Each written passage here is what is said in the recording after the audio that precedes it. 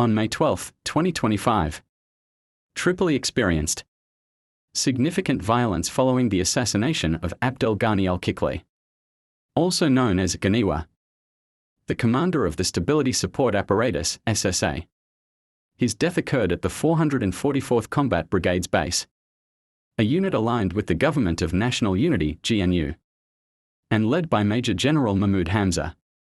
Al-Akikli's killing ignited intense clashes across Tripoli, particularly in the Abu Salim and Salah Eddin neighborhoods.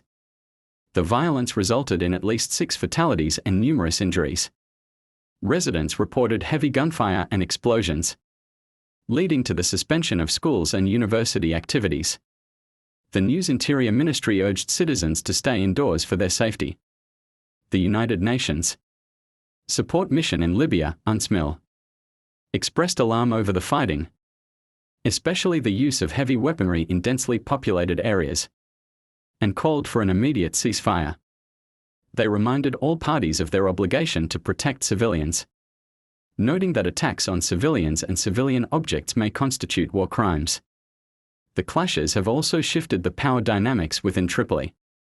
With the SSA's influence diminished, GNU-aligned brigades, such as the 444th and 111th, have seized key territories, including the Abu Salim district.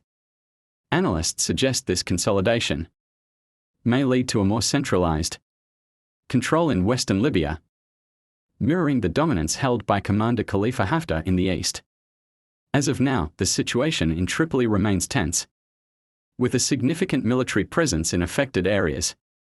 The GNU claims to have regained control over the city, but the underlying tensions among rival factions persist, highlighting the ongoing challenges in achieving lasting stability in Libya.